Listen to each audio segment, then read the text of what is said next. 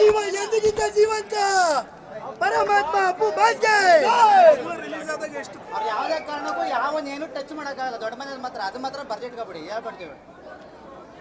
ಈ ಫಸ್ಟ್ ದಿನ first show ಈ ಥರ ಮಾಡೋಕ್ಕಾಗಲ್ಲ. ಒಂದು ಈ ಫಿಲಮ್ ನಾನು ಹೈಸ್ಕೂಲಲ್ಲಿ ಇದ್ದಾಗ ನೋಡಿದ್ದೆ. ತುಂಬ ಹೈಸ್ಕೂಲ್ ಬಂಕ್ ಮಾಡಿ 7-8 ಸಲ ಥಿಯೇಟ್ರಲ್ಲಿ ನೋಡಿರೋ ಫಿಲಮ್ ಇದು.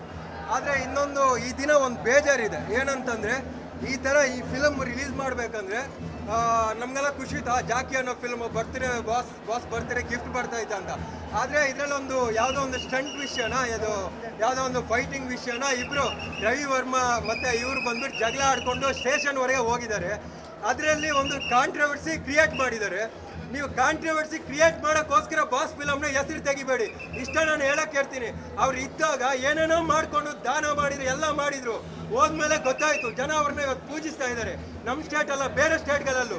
ಆದರೆ ಸಣ್ಣ ಒಂದು ನಿಮ್ಮ ಕಾಂಟ್ರವರ್ಸಿಗಳಿಂದ ಅವರು ದೊಡ್ಡ ಮನೆ ಮರ್ಯಾದಿನ ಬೀದಿಗೆ ತರ್ತಾ ಇದ್ದೀರಾ. ಬೀದಿ ತರುವವರಿಗೆ ನಾನು ಒಂದೇ ಮಾತು ಹೇಳಕ್ಕೆ ಇಷ್ಟಪಡ್ತೀನಿ, ಕಾಂಟ್ರವರ್ಸ್ ಮಾಡೋದು ತಪ್ಪಲ್ಲ. ಆದರೆ ಅವ್ರು ಇದ್ದಾಗ ಮಾಡಬೇಕಾಗಿತ್ತು. ಅವ್ರು ಇದ್ದಾಗ ಒಂದೇ ಒಂದು ಯಾವುದೇ ಒಂದು ಕಾಂಟ್ರವರ್ಸಿ ಮಾಡಿದೆ ಬದುಕಿರೋ ವ್ಯಕ್ತಿನ ಸತ್ತ ಮೇಲೆ ಈ ಥರ ಮಾಡಿಸ್ತಾ ಇದ್ರಲ್ಲ, ಅದಕ್ಕೆ ಏನಂತ ಹೇಳ್ಬೇಕು. ಇನ್ನೊಂದು ಹೇಳ್ತೀನಿ, ಕನ್ನಡ ಫಿಲ್ಮ್ಗೆ ಯಾವತ್ತೂ ಕೆಂಗು ಅಪ್ಪು ಬಾಸ್. ಯಾಕಂದ್ರೆ ಇವತ್ತು ಹೇಳಿದೆ, ಎಷ್ಟೋ ರೀಕ್ರಿಯೇಟ್ ಆದ್ಮೇಲೆ ರಿಲೀಸ್ ಆಗಿ ಇವತ್ತು ಈ ತರ ಆಗ್ತಾ ಇದೆ ಅಂತಂದ್ರೆ ಅಪ್ಪು ಬಾಸ್. ಜೈ ಹಿಂದ್, ಜೈ ಕರ್ನಾಟಕ.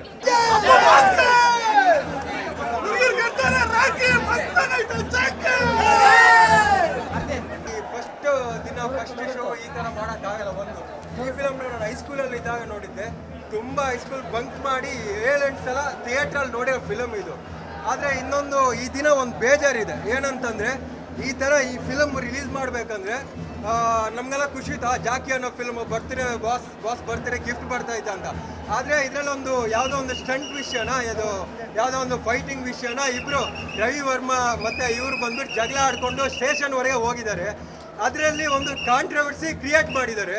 ನೀವು ಕಾಂಟ್ರವರ್ಸಿ ಕ್ರಿಯೇಟ್ ಮಾಡೋಕ್ಕೋಸ್ಕರ ಬಾಸ್ ಫಿಲಮ್ನ ಹೆಸರು ತೆಗಿಬೇಡಿ. ಇಷ್ಟ ನಾನು ಹೇಳಕ್ಕೆ ಹೇಳ್ತೀನಿ. ಅವ್ರು ಇದ್ದಾಗ ಏನೇನೋ ಮಾಡಿಕೊಂಡು ದಾನ ಮಾಡಿದ್ರು, ಎಲ್ಲ ಮಾಡಿದರು. ಹೋದ್ಮೇಲೆ ಗೊತ್ತಾಯಿತು ಜನ ಅವ್ರನ್ನ ಇವತ್ತು ಪೂಜಿಸ್ತಾ ಇದ್ದಾರೆ, ನಮ್ಮ ಸ್ಟೇಟ್ ಅಲ್ಲ ಬೇರೆ ಸ್ಟೇಟ್ಗಳಲ್ಲೂ. ಆದರೆ ಸಣ್ಣ ಒಂದು ನಿಮ್ಮ ಕಾಂಟ್ರವರ್ಸಿಗಳಿಂದ ಅವರು ದೊಡ್ಡ ಮನೆ ಮರ್ಯಾದಿನ ಬೀದಿಗೆ ತರ್ತಾ ಇದ್ದೀರಾ. ಬೀದಿ ತರುವವರಿಗೆ ನಾನು ಒಂದೇ ಮಾತು ಹೇಳಕ್ಕೆ ಇಷ್ಟಪಡ್ತೀನಿ, ಕಾಂಟ್ರವರ್ಸ್ ಮಾಡೋದು ತಪ್ಪಲ್ಲ. ಆದರೆ ಅವ್ರು ಇದ್ದಾಗ ಮಾಡಬೇಕಾಗಿತ್ತು. ಅವ್ರು ಇದ್ದಾಗ ಒಂದೇ ಒಂದು ಯಾವುದೇ ಒಂದು ಕಾಂಟ್ರವರ್ಸಿ ಮಾಡಿದೆ ಬದುಕಿರೋ ವ್ಯಕ್ತಿನ ಸತ್ತ ಮೇಲೆ ಈ ಥರ ಮಾಡಿಸ್ತಾ ಇದ್ರಲ್ಲ, ಅದಕ್ಕೆ ಏನಂತ ಹೇಳ್ಬೇಕು. ಇನ್ನೊಂದು ಹೇಳ್ತೀನಿ, ಕನ್ನಡ ಫಿಲ್ಮ್ಗೆ ಯಾವತ್ತೂ ಕೆಂಗು ಅಪ್ಪು ಬಾಸ್. ಯಾಕಂದ್ರೆ ಇವತ್ತು ಹೇಳಿದೆ, ಎಷ್ಟೋ ರೀಕ್ರಿಯೇಟ್ ಆದ್ಮೇಲೆ ರಿಲೀಸ್ ಆಗಿ ಇವತ್ತು ಈ ತರ ಆಗ್ತಾ ಇದೆ ಅಂತಂದ್ರೆ ಅಪ್ಪು ಬಾಸ್. ಜೈ ಹಿಂದ್, ಜೈ ಕರ್ನಾಟಕ.